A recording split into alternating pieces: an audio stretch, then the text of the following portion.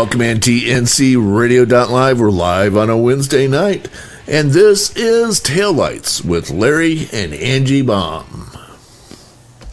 I almost said good morning. Good evening, everybody. I'm Angie, and I'm here with Larry. How's everybody doing today?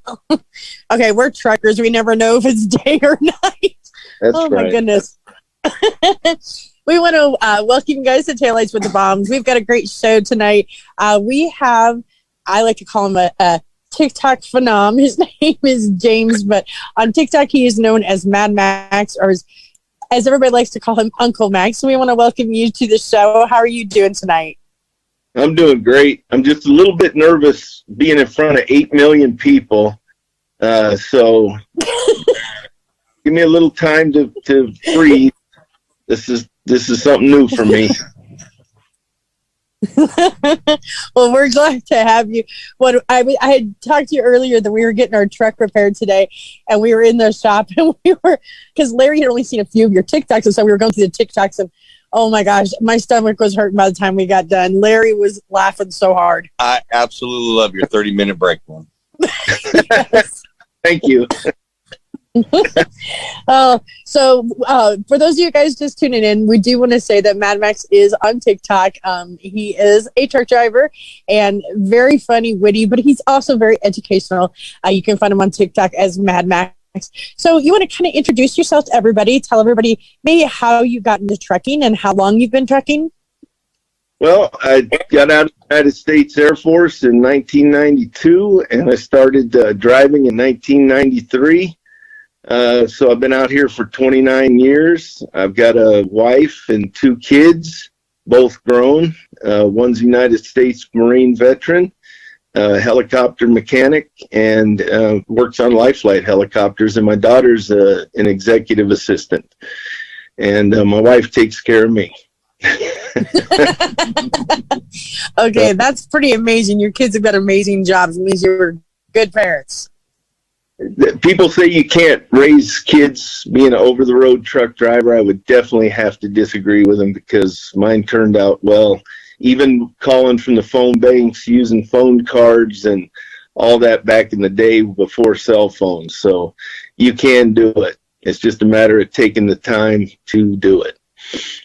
Absolutely. Taking the initiative. I think that's the biggest thing. I will say, modern technology nowadays is so nice because now you can video chat, and I think it's a little bit more personal, especially when you got little ones at home. Makes it a little easier so that you're connecting with your kids. But like you said, it's possible, truckers do it all the time. I think nowadays half the drivers out there don't even know how to use a map. Right. Yeah. That is one of my pet peeves. Yeah. I can't believe how many people do not carry a map with them. Oh, well, I have this, and I have that, and I have this other. Well, what happens if all that fails? The map doesn't fail. Right, you got to have that paper map. That's right, and I carry it right there in the right seat. It always reminds me of the video I saw. I can't remember where it was at, but it was a foreign driver who didn't speak English, and he followed his GPS, and it took him into a cornfield, and he couldn't figure out how to get out, and the cops just look at him like shaking his head. He's like, really? You followed your Jeep? And it wasn't like he just went into the cornfield a few feet. Like, he really went into the cornfield, and then he couldn't figure out how to get out. But my GPS told me to go there. Yes, there was one here recently where the I think it was CHP, and the guy was out in the sand. I mean, way out in the sand. And he finally buried himself, and the cops talking to him, and he's sitting there, and he's saying, GPS. And I've told people over and over, GPS is a great tool. I guess I've never had one until I worked here at Walmart, and they have one on the tablet. But wow, it's a good tool if you have common sense to go along with it. You just can't follow it blindly, Exactly. It's a good tool. It is a good tool. So I was going to say, you did bring up Walmart, and Walmart is really, how long have they recently got into the trucking industry, just a couple of years ago, where they started having their own trucks. And how long have you worked for Walmart? I worked for Walmart for 3 years now, a little over 3 years. And I mean, they've been at the game with their private fleet for decades. I mean, one of my buddies has been here for over 20 years. That me and him were together. We were stationed together in the Philippines, and he's the one that convinced me to come over here. So now I watched some of your TikToks, and there was one that says that Walmart's not allowed to do pull-throughs. Why is that? Okay, now I was just told by another driver out of Mount Pleasant that they allow them to do that, but I've been told that that's a big no-no, and it's for safety reasons due to the fact of like the accident that almost occurred the other night when I was coming out from the showers, and the lady driver was doing a pull-through, and the other guy was coming from the gate. He made that right-hand turn and was coming down there at a pretty high clip, and she peeked her nose out about the same time he was coming down, and he had to get on him pretty hard to keep from taking her nose off. It's just a safety thing, because as you know, just like in a truck stop or the fuel island or anywhere else, that you're peeking your nose out of something and somebody's coming along broadside, they could take you out in a pretty quick minute. It's just too easy for it to happen if you're skimming the trailers, if you're real close to the trailers. And that's another thing that I don't like to do, is getting right next to the trailers, because then you're too close and you can't see and you don't have time to avoid something. If you're further out away from the trailers, then okay. And when I'm looking down them down at the dollies as well, and the landing gear, for anything coming out when I'm getting ready to line up to back into a spot. So I'm looking for somebody coming through as well. That's smart. Yeah, you should not be that close, and also slow down. Some of you guys just drive way too fast. Way too fast. They either get late, they're coming in the gate late, or they're headed to that office and they just can't wait to get in and sit around and wait. Yes. Yeah. That's the name of trucking. Sit around and wait. Military and trucking. Hurry up and wait. That's right. Oh. I say Walmart's got a really good reputation when it comes to taking care of their drivers. And I tell you, I think that's one of the things I've learned the most from your TikToks is, I've always heard that they were good, but I didn't know until I found you on TikTok and started following you. So it's been interesting to kind of see, especially like when you're, at the Walmart center and stuff. So it's been kind of neat watching your TikToks. We just gifted a Walmart driver that pulled in next to us the other day. Yeah, yesterday. Oh, nice. Well, there's so many misconceptions and rumors and everything else. And I had listened to some of them before I came over. And I was really surprised when I got here at how much different it is than what you hear at the liar's counter in a truck stop. So the liar counter. I love that. I love that. And that's what I mean, because there is so many. I think every company is like that, but Walmart does get a bad rap. But it's like every Walmart driver I have ever met or seen out on the road, they can't say enough good things about working for Walmart. So, it's like you can't believe the hype. He's like, I believe the drivers. Right. It's so much different. Like I said, they really take care of you.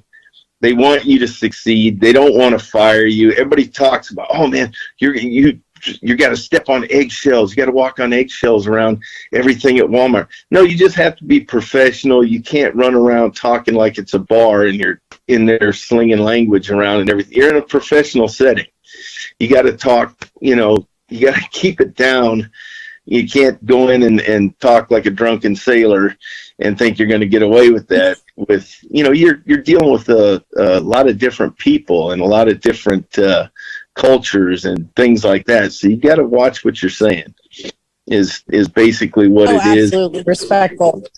Yeah. And you can't. My biggest downfall was what? Go ahead. No, go ahead. Well, actually, we're going to take just a quick break here. And when we come back, we're going to talk to James here about a very funny story about him getting locked out of his truck. So we will be back in just a few minutes. You're listening to Taillights with the Baums.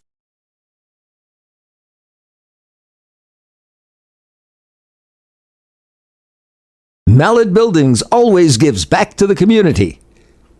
At the recent Night at the Gatsby Gala, which was presented by McNeese to benefit the McNeese Athletic Foundation, Lee Malek donated over $23,000. His generosity and continued support will serve the student athletes, coaches, and support staffs well into the future. Lee Mallett is dedicated to building a better McNeese and a better Louisiana. 5 tips for becoming a great truck driver. Being a truck driver is a rewarding career, but being a great truck driver is even more rewarding. Truck driving is not an easy job. It requires hard work and dedication. Truck drivers take pride in the hard work they do. After all, without truck drivers, our grocery and convenience stores would be empty. Whether you're a rookie or a veteran driver, there's always room to improve your skills as a truck driver. Here are 5 tips for becoming a great truck driver. Safety. Truck driving is considered one of the most dangerous jobs in America, so safety must be a driver's number 1 priority. Truck drivers are responsible for keeping their freight, themselves, and other motorists on the road safe. Other drivers on the road may not know the difficulties and challenges truckers face on the road, so truck drivers may have to go the extra mile to ensure everyone's safe on the road. Prioritize health. A truck driver will prioritize their health. After all, taking care of your health can help you have a long-lasting, successful career as a truck driver. It's no secret that truck driving is considered an unhealthy profession. Drivers lack healthy food options, exercise, and a good sleep schedule. Stay compliant with federal regulations. Trucking rules and regulations are monitored by 2 organizations, one at a state level and one at a federal level. The trucking rules and regulations are established at a federal level. Staying compliant with federal regulations is essential for keeping yourself and others safe on the road. It can also save you from getting fines, which in return saves you time and money. Maintain a clean driving record. The best way to avoid traffic violations is to be aware of all the moving and non-moving violations you could get. Certain violations can affect the eligibility to operate a commercial motor vehicle. The Federal Motor Carrier Safety Administration provides a list of violations. If you're issued a citation for FMCSA safety violations, your CDL could be in danger of suspension. Here are some things that can cause you to get a point on your driving record or possibly a suspended CDL. Speeding, following too close, overweight, traffic violation, reckless driving, driving without proper endorsements, logbook errors. Drivers must be aware that any type of violation could result in a loss of their CDL. Balance trucking and home life. The last tip for becoming a great truck driver is balancing truck and home life. Truck driving is hard and demanding work. Becoming a truck driver means spending many hours and days on the road. You'll sacrifice a lot for your trucking career. For many long-haul truck drivers, it's hard to separate life at work from life at home. Learning how to have a balance between home life and work life is essential if you want to have a long-lasting career in trucking. Industry movement Trucking Moves America Forward is telling the story of the industry. Our safety champions, the women of trucking, independent contractors, the next generation of truckers, and more. Help us promote the best of our industry. Share your story and what you love about trucking. Share images of a moment you're proud of. And join us on social media. Learn more at truckingmovesamerica.com. Join Shelley Johnson and Kathy Tuccaro every Tuesday at 7 p.m. Central Time for Women Road Warriors on your driver navigation station, tncradio.live.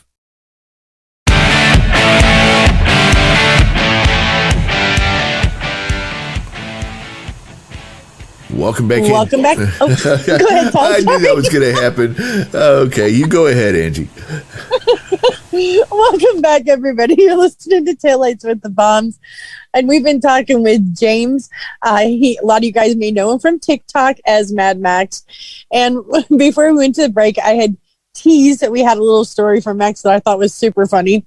But it's a story about how you got locked out of your truck. You want to explain that one? Okay, I had an old cab over 362, and I was out on what's called now I-72. It used to be the old Highway 36, and there's a big wide spot out there the other side of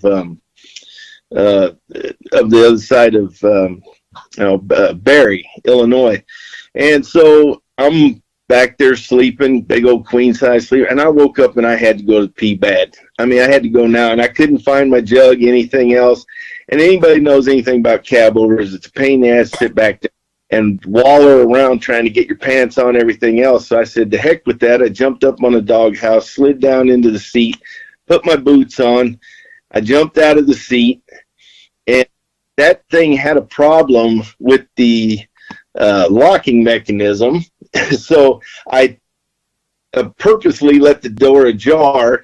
I jumped out, went around, the wind was blowing, it's freezing cold, and I do my business in the gully there, and I jumped back around to the truck, and the wind caught it and blew the door halfway closed. Well, when it did, the lock went down. So there I am standing there in my all together, got my underwear and my boots, and here it is. I'm looking at the lock going, no. So in my infinite wisdom here, I said, I'm going to push the door really hard and it'll make the lock pop up. Well, not so much. I pushed the door closed and the lock went straight down.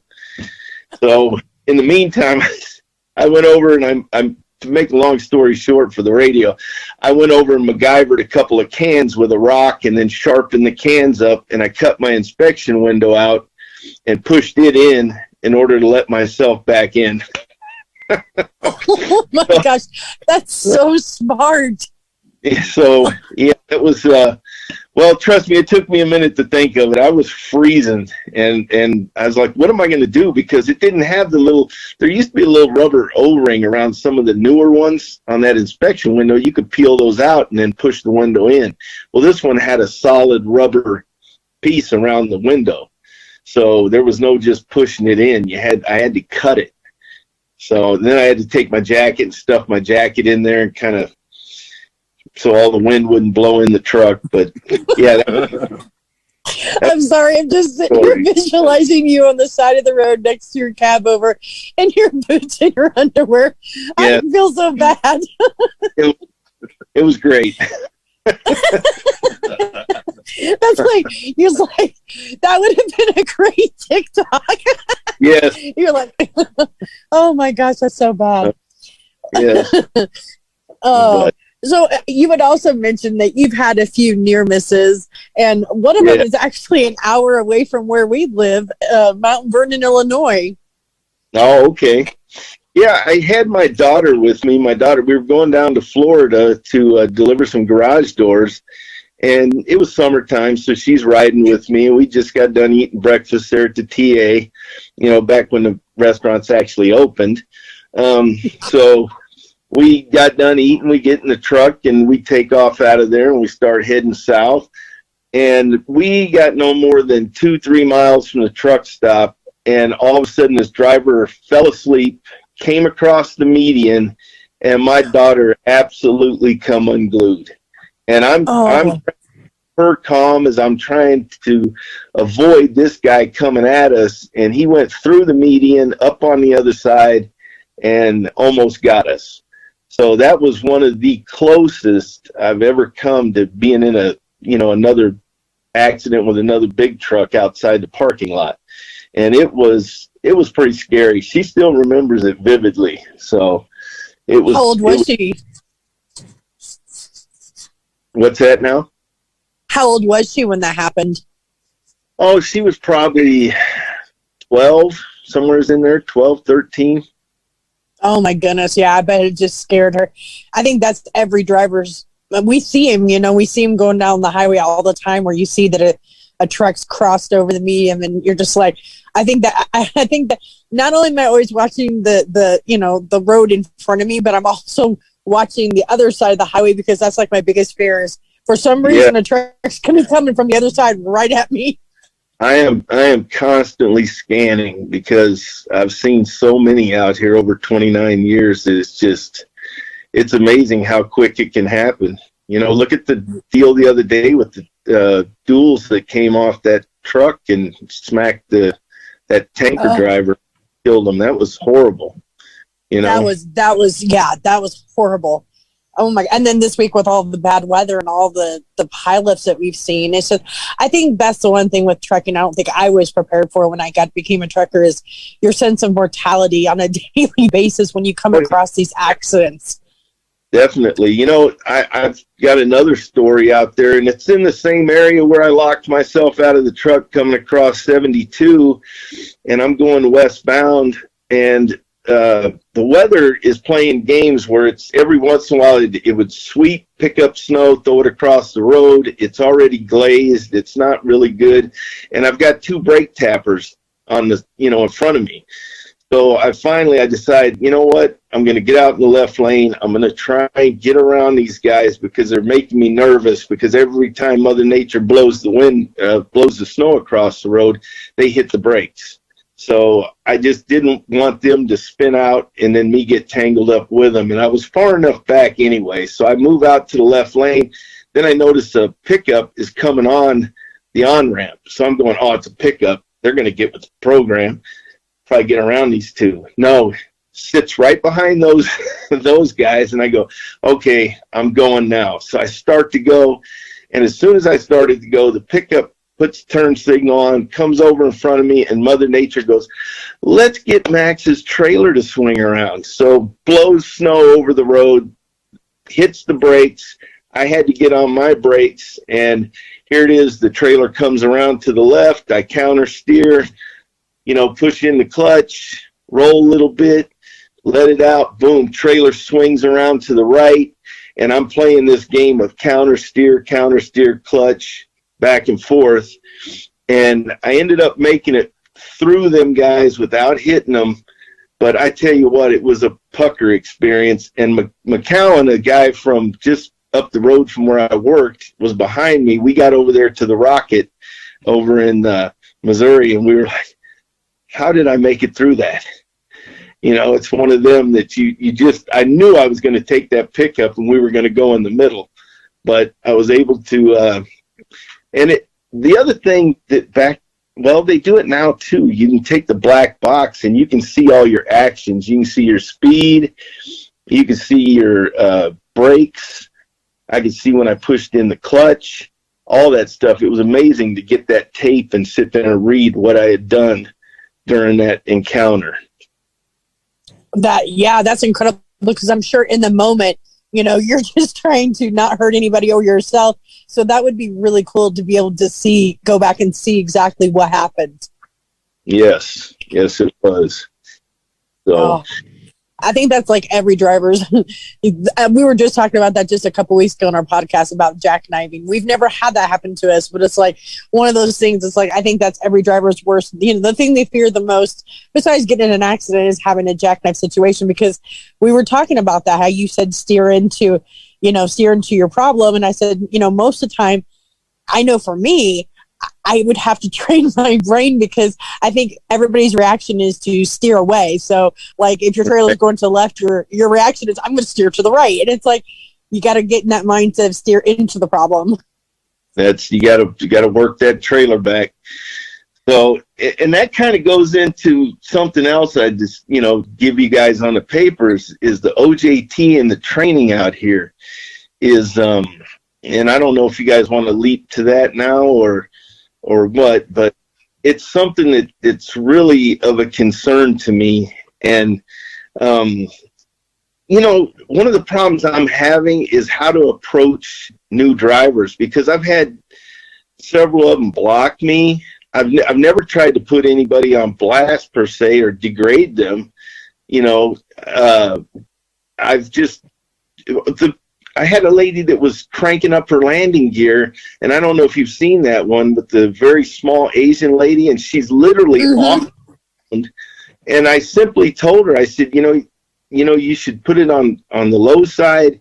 You should stand to the side of it, because the way you're doing it, if that thing kicks back, it's going to knock your teeth out, break your nose. It could hit you in the eye socket. And she got all mad and blocked me. So I've tried the other angle of PMing somebody and say, hey, you could maybe try and do it this way. And then the one person said, I don't need to be mansplained to. I'm not trying to I'm talking to you as a truck driver. Truck driver is truck driver. I'm not using any sexism or anything else. I'm just trying to talk. And it's the same thing with guys. It's like they don't absolutely. Yeah, absolutely. I know. I have the same Strong issue. Minds with We're going to Dr. take Chris, just another Mondays quick break. at When 7 we come p.m. back, we're going to Eastern, 6 p.m. Central, right here on TNCRadio.live. You're listening to Taillights with the Baums Crew. Be back in just a few minutes with James. Hi, I'm Dr. Christopher Cortman. And now for the Mental Health Minute. There was an excellent movie from years ago called City Slickers. Laughed a lot, enjoyed it very much. It featured some urban type guys taking a week's vacation, learning to be cowboys. And they showed them riding endlessly horseback and trying to figure out things to talk about. In one episode, they played a game called Worst Day, Best Day. And they shared with each other the worst day of their lives and what happened, and also the best day. One cowboy wannabe was talking about his childhood, and he described a scene where his mother and father were fighting yet again, and his father was aggressive with his mother. And the story he told is that he finally got up the nerve as a boy to get up in his father's face and say, "You get out of here." And he said, "My father left and he never came back." And there was a sense of quiet. And then finally someone changed the subject by saying, "Okay, best day." And he said, "Same day." Sometimes going through the worst thing in our lives gives us the opportunity to grow and turn things into the best ever. I have a patient now, a young lady who was in a car wreck while she was drinking and she hurt some people. And she's ashamed and she feels terribly about what she did. But she also knows that she has the opportunity now to become sober and to become the very best version of herself. All because she turned the worst day into the best day.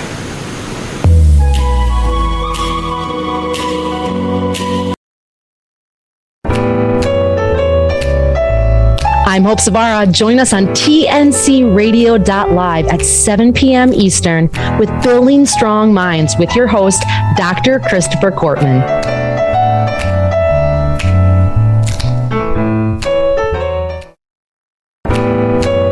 Hi, I'm Hope Savara. Join us every Monday on TNC Radio Live at 7 p.m. Eastern. It's Building Strong Minds.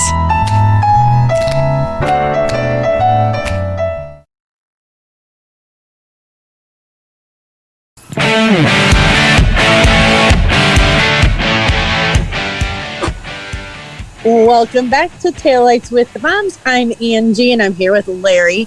And we've been talking with James. And James, you brought up such a good point. It's one of the things Larry and I have talked about a lot. It's the new drivers that are coming out right now. And so many of them are on social media, whether it be TikTok, Instagram, or YouTube.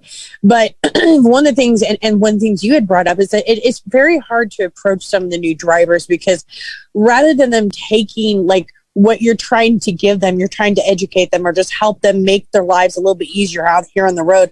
A lot of them feel like we're attacking them or putting them down when actually we're just trying to offer advice or education. And I think that's the hardest thing is how do you communicate with the new driver and say, we're not trying to say, you know, what you're doing is wrong. We're trying to say, hey, there's a better way or maybe a safer way to do it. And I'm telling you this from my personal experience. Yes, because I would just hate to see somebody get hurt over just changing a little bit of your routine or doing something just a little bit different where it's a little bit safer, because we've all done stupid stuff or things that, you know, we just didn't realize was as bad as it is until you get your teeth knocked out or something, you know, by a crank handle or, you know, a strap coming loose and banging you in the face or, you know, a busting rub, you know, the tie downs and stuff. There's just and it's so hard because I've been blocked by some of these people. I've been told by one I didn't need to be mansplained to, and I'm not doing that. I'm talking to you as a truck driver. I'm not looking at your sex. I'm not looking at anything, you know, but the fact that you're a truck driver and I'm trying to help you, you know, do something a little bit different. And some people will accept it, and some think that you should just go pound sand. It's the truth. It's the truth. I will tell you personally, I think that's what I love about TikTok the most. I can tell you right now that I've learned a lot from your videos, but it's like I was saying, I've been out here for 8 years and I always feel like I'm learning something new, and I love learning something new. And I love it when people try to educate me and say, hey, there's a better way to do this. But I get the same problems too. I feel like sometimes people are, especially in social media, or even the young drivers at the fuel island, they just don't want to take any advice or any, a little bit of criticism, say, hey, there's a, better way to do it or what else. But we have the same issue. Larry does too. It's like, I don't know what's the right answer. It's just so hard to because it's a different generation, and it's not everything they do is different, but they approach things a little bit different than when the old hands were teaching us when we were coming up.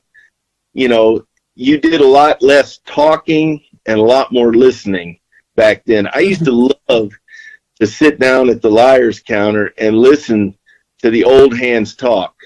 And you could pick out the good ones from the bad ones, you know what I mean? And you could, if over a piece of pie and coffee, why can't they bring that back, please? But anyway, you could sit there over a pie and coffee and just listen and learn. There was so much to learn if you just sit there and listen to them old guys talk. And I miss them days. I really, really do. Because they spread so much knowledge and helping each other out in the truck stuff. Same thing. If they seen you having a hard time, they'd walk out of their truck, come down there and help you out. I was sitting here in Nogales not too long ago, and I sat there and I was having a hard time. I was struggling with getting some tandems that were jammed up.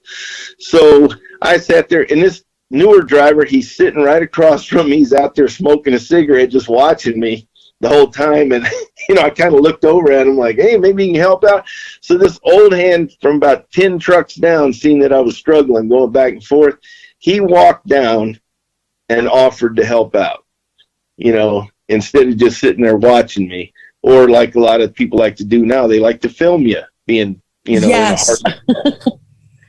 So, we were just talking about that the other day. Larry was trying to pull into a parking space when we were in Colorado, and it was super tight. And for those of you guys that know, our truck that we have now is much longer wheelbase, just a much longer truck. So we're out here, and I'm like leaning out the window trying to help him. And there was like 3 or 4 people out there filming us rather than helping us. And then finally, the guy that was parked next to us was kind enough to move his truck forward to allow us to try to get into the spot. But yeah, we were being filmed struggling trying to get into a parking spot. Right. And then this kind of leads into something else too, as far as the companies and the OJT program that we have out here and how horrendous it is. I really feel that a lot of these drivers are not getting the proper training. I mean, and I'm not going to go after the CDL schools. To me, they're there for pretty much one thing. They're there to get you your basic knowledge and teach you enough to get your CDL. My problem lies with the companies and the fact that they have, greenhorns teaching greenhorns. And if you guys, we call that the Dumb and Dumber program. Yes, it doesn't make any sense. So you have somebody that doesn't know how to wipe their rear end teaching another person how to try and wipe their rear end, and they both got dirty butts. It flabbergasts me that we turn people loose, and especially running a flatbed. That drives me absolutely bonkers when I sit there and watch some of these TikTok videos and somebody is ill-prepared or says they don't know how to tarp, they don't know how to properly secure a load, and you're out here, it's probably going to get you hurt first, but it can get a multitude of people hurt if that load comes apart because you don't know how to properly secure your load. And there's a company out there, and I've seen the video, that has a whole row of trucks that have been destroyed by loads sitting up against a rock wall, and that's because they were improperly trained, in my opinion.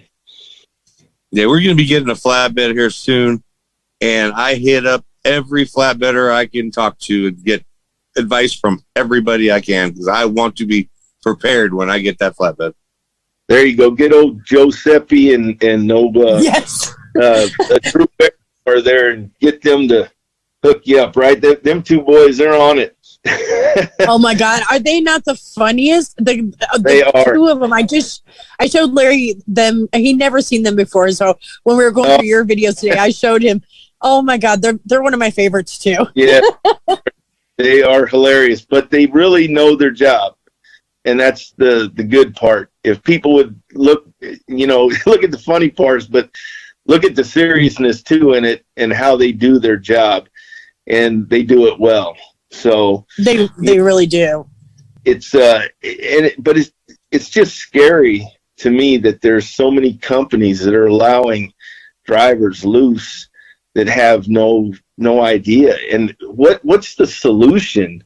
Because I know your organization that you're with has stated that you would like to do more in the training aspect, and I think it has to be taken at the on-the-job training level, because I don't think you're ever going to get the schools to do it because of the fact that they cater to their customer, and their customer is the mega carrier.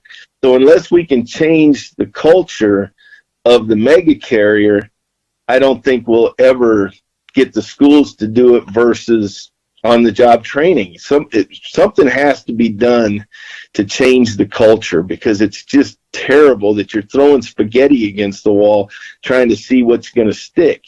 And that goes on to the retention problem. You have so many drivers out here, and the government is handing out money to send some of these people through schools and stuff, through these programs. And well, we don't care if we keep drivers. We've got a new 30 pack coming in next week. We got another 50, through all these schools that they're paying to send them through. I know, for an example, when I went through the school, we had, I think, 30 drivers in there. I went through Kirkwood Community College, and there was a handful of them there that they just, the unemployment office sent them there. They didn't really have any, legacy to trucking. They didn't really care to even be there, it seemed like. But they were paid to go.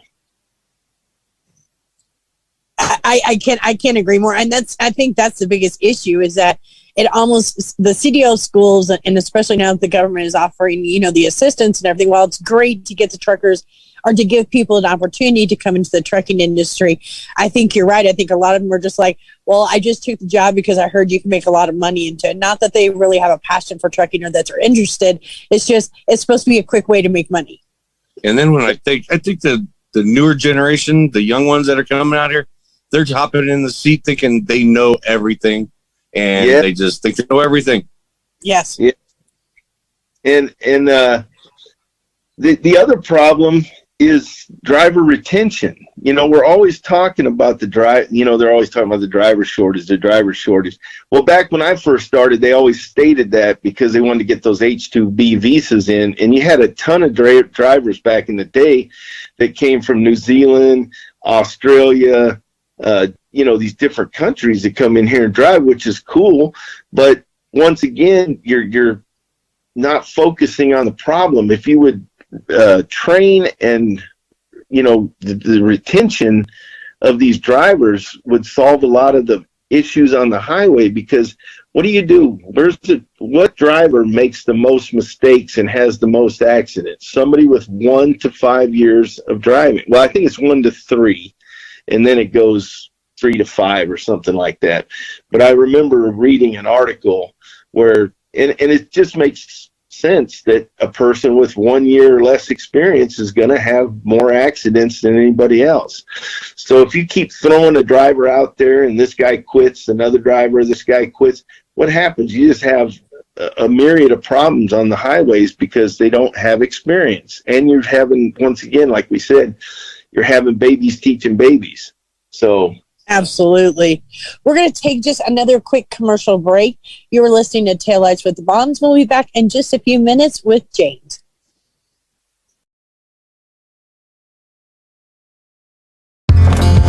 As a professional driver, the engineers at Front Lane know that you remain focused on the road regardless of weather and traffic conditions. That's not always true of the drivers behind you. Every 9 minutes, another commercial vehicle is rear-ended by a driver failing to control their speed. And guess who gets the blame? When you have to brake quickly, Tailbone illuminates a series of bright LED lights that allow the driver behind you to react up to 50% faster. Using amazing accelerometer technology and a battery that will last for years, Tailbone meets the standards set by the NHTSA and the FMCSA. Learn more by visiting www.frontlane.com/tailbone. That's www.frontlane.com/tailbone. Approved in all 50 states, it's Tailbone by Front Lane. Eating right and eating healthy are two of the toughest challenges truckers face. Sometimes the only way to eat right is to bring food along for the ride. As a professional truck driver, you know that space is limited in your truck cab. Living on the road with limited storage space means you have to get creative on how you store your personal belongings. Drivers will spend weeks away from home, so their semi-truck becomes their home away from home. Truck drivers are pros at making the road feel like home, and stocking up on food is one of the ways they make it feel more like home. With a number of unhealthy food options on the road, drivers need to pack healthier foods and snacks. Food storage is essential to keep your truck clean and organized. It also helps you easily see what foods you have with you on the road. Keep listening to learn some storage ideas for long-haul truck drivers. An electric cooler. An electric cooler is a great way to store perishable items in your truck. They're lightweight and large enough to store and cool down several drinks and snacks. They're also a great alternative to mini fridges. Canned foods. Canned foods are great for truckers because they require little or no preparation. They're also extremely cheap. You may want to consider buying a food warmer if you prefer a hot meal. When storing cans in your truck, we suggest putting them into a container and placing them under the lower bunk. This limits the cans rolling around in your truck while you're driving. Storage containers. Storage containers will be a trucker's best friend when you're on the road. Drawers and storage containers are great for storing clothes, toiletries, and food. 3-drawer storage containers make it easy to organize and store your favorite foods or drinks. Baskets. Baskets allow you to find the food you need quickly and easily. We recommend using clear baskets so you can easily see what's in the baskets. You'll need to secure the baskets so they don't move around while you're driving. Buy some bungee cords to keep your baskets secure in the bunk or cabinets. If you want more information on proper storage and food storage ideas, check out the Truckers Network blog, 5 helpful organization tips for truck drivers. This is TNCRadio.live.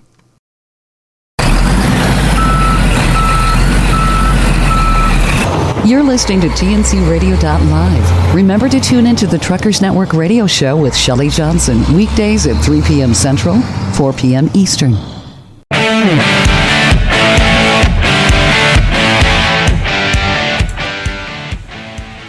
Welcome back, everybody. You are listening to Taillights with the Baums. I just want to remind you guys that coming up next, we've got a great show coming up. It is Clutch Time Sports with Anderson and Banker. So if you're a sports fan, these guys are awesome. Be sure to stick around. And we have been talking with James, and I want to encourage everybody, please go to TikTok and check him out. He's Mad Max on TikTok. You're not going to be disappointed. Not only is he funny, but he's also educational and witty. And I say he's kind of got a dry sense of humor. But James, we were talking before the break, and I thought you brought up a really great subject. We were talking a little bit about driver retention and how it's such a huge problem in our industry right now. Yes, I think that these companies sometimes make a big mistake over power plays. So you have a driver and you're trying to give him a load into, say, Brooklyn, Queens, wherever, and he's not comfortable going there. He explains to dispatch or his coordinator, whatever they call him these days, and he says, look, I don't feel secure going out there. And they said, why, are you afraid you're going to get robbed or something? He goes, no. He goes, I'm talking about an accident. He goes, I don't, feel comfortable going out there. I wish you would, take me off that load, so on and so forth. So instead of just saying, okay, and then bringing him back to their location and putting him either with a mentor or taking him off that national fleet and putting him on a regional fleet where he would never have to go there again, instead they decide to fire him. So here's my problem with that. Now you've spent a lot of money hiring this person. You've spent a lot of money educating this person as far as securing loads, everything else. You've spent a ton of money. These guys, and a lot of people don't realize how much these companies spend to recruit and get a driver over and get them through the onboarding process and everything else. And then this guy just goes and fires them instead of bringing him back and re-educating him. That's my point. Why are you being, is it penny wise and pound foolish, or is it just a big power play? Because this guy's never been late. He's never torn up your equipment in the time that he's been there. And now you're just going to fire him and let him go. So now you got to bring another guy in, spend money on him, and you're out a driver, one that's never been late or caused any problems with your company. I think that's kind of a bad way to go about driver retention. You know, I've heard of companies doing that, especially like when it comes to bad weather. Say somebody is, you know, under a year or a little over a year, and maybe they're coming across ice or snow and they've never driven in that before. I have heard of companies saying, hey, this load is too important. It's a hot load. You have to get there. You have to drive. And Larry and I's philosophy has always been, if we don't feel safe, we're not driving. And we've told every employer that we've ever, you know, that they're going to hire us. We're not going to drive if we don't feel safe. But there's companies out there that they're going to threaten them. And I think that's ridiculous because it's making it so unsafe. Thank you for taking me down this road, because there's a place out there in Edina, Minnesota called the Truckers Justice Center. People, you are protected by the STAA from having to drive in that type of weather. If you do not feel comfortable, you put it on that Qualcomm or whatever device you're using. Make sure it's electronically stamped that you are sending a text or whatever. I do not feel comfortable driving in this weather. And if they try and fire you, you get with Paul Taylor and the people at the Truckers Justice Center. They cannot fire you for refusing to drive in bad weather. They just can't. Same thing as if you're sick, injured, anything like that. You're fatigued. So you're just not feeling it, not go. And they want to fire you, but you have to annotate everything. Please annotate everything before you call them, because there are companies, like you said, that'll force people out there, and then we have these 50 truck pileups because they forced people out there on roads they did not feel comfortable. Uncle Max does not do ice. I'll do snow.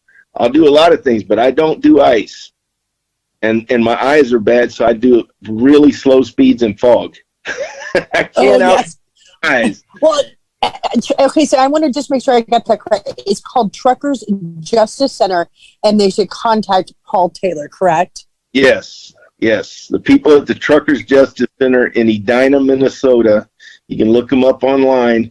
They take care of nothing but trucking issues, from people firing you for trying to make you run over your hours, trying to make you run faulty equipment, any of that stuff. If they're trying to push you down the road, you got bad tires on that truck, you're anything that's an out of service issue and they're trying to push you down the road, get pictures of it. Once again, annotate it, make sure there's electronic stamp somewhere. And if they fire you, you get a hold of them and they'll take care of you. Great people there. Okay, that was awesome. I'm going to check them out myself because I'd actually like to have them on the show. Man, it's been so awesome talking with you tonight, James. And I know we've already talked in the break, but you are awesome tonight. And I know Larry and I would love to have you back on here again, because I just think you're a wealth of knowledge and you're so funny. But you guys, seriously, if you're on TikTok, please go to TikTok and find Mad Max. You're not going to be disappointed. His videos, not only are they funny, but a lot of them are educational, and you're not going to be disappointed. And I just want to thank you so much for being with us tonight. Well, thank you guys so much for inviting me. I really, that makes me proud that I was able to get on here and, or that I was invited on here even. I didn't. Oh gosh, yes, I've been wanting to invite you for months. And we're glad you accepted our invitation. Yes. Well, thank you guys so much for having me on, and it was a pleasure. It was fun. Thank you so much. And don't forget, guys, coming up next, we've got Clutch Time Sports with Anderson and Banker.